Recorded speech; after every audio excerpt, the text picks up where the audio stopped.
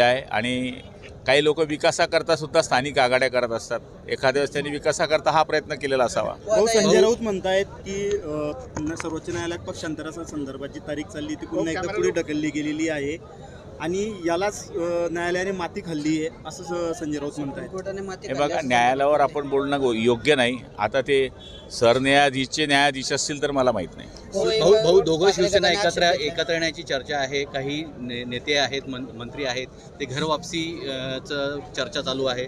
त्यात आपलं पण देखील नाव समोर येत आहे. नाही, बघा, हे तुमच्याकडनं चालवलेल्या बातम्या आहे आणि मला तरी असं वाटतं की ज्यांनी पक्षात मंत्री केलं त्यांनी पक्षातून मंत्री काढलं बी तर मला नाही फरक पडत. शेवटी जो देतो त्यांनी जर वाटलं की हा बरोबर नाही आहे तर मला आनंद आहे. बघा, देणाऱ्याचं जसं स्वागत होतं तसं काढणाऱ्याचंही स्वागत झालं पाहिजे.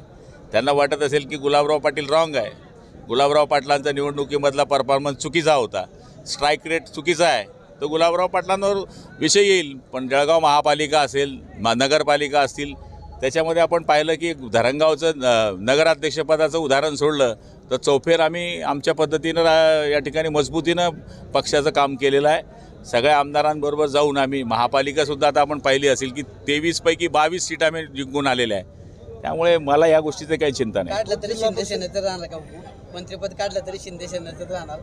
अरे मी काय म्हणलं, ज्याने दिया है उसने निकाला भी, तो मेरे को नहीं फरक पडता ना भाई. मुंबईमध्ये मतमोदीवर आक्षेप घेतला आहे. निवडणुका तुम्ही म्हटलं की 6 महिने होणार नाही तर हे बघा, कोर्टाचा आज तारीख होती, आपल्याला माहिती आहे नेवेजी, पण ती तारीखच पडली नाही. आणि फेब्रुवारी महिन्यामध्ये आपण बघतोय की मुलांच्या परीक्षा आहे, 12वीच्या परीक्षा आहे, 10वीच्या परीक्षा आहेत. परीक्षेत आपण इलेक्शन घेत नाही हे साधारण तुमचं आणि आमचं मत आहे. त्यामुळे मला नाही वाटत मार्च एप्रिलपर्यंत या इलेक्शन होतील, एप्रिलपर्यंत इलेक्शन होतील असा माझा काय असं आहे. बऱ्याच ठिकाणी शिवसेना सोबळावर लढणारी जिल्हा परिषद जळगाव जिल्ह्यात काय असेल? नाही, आमचा महायुतीचा प्रयत्न राहील, पण शेवटी आता कार्यकर्ते काय काय सांगतात ते पण आम्ही ऐकू. आपले चिरंजीव जे आहेत प्रताप पाटील हे भावी जिल्हा परिषद अध्यक्ष असं बॅनर लागलंय बघितलं. हे बघा, कार्यकर्त्यांनी अध्यक्ष उपाध्यक्ष मला उद्या. यावर तुम्हाला काय वाटते कमेंट बॉक्समध्ये लिहा. चॅनलला सबस्क्राईब केले नसेल तर नक्की सबस्क्राईब करा. जय महाराष्ट्र.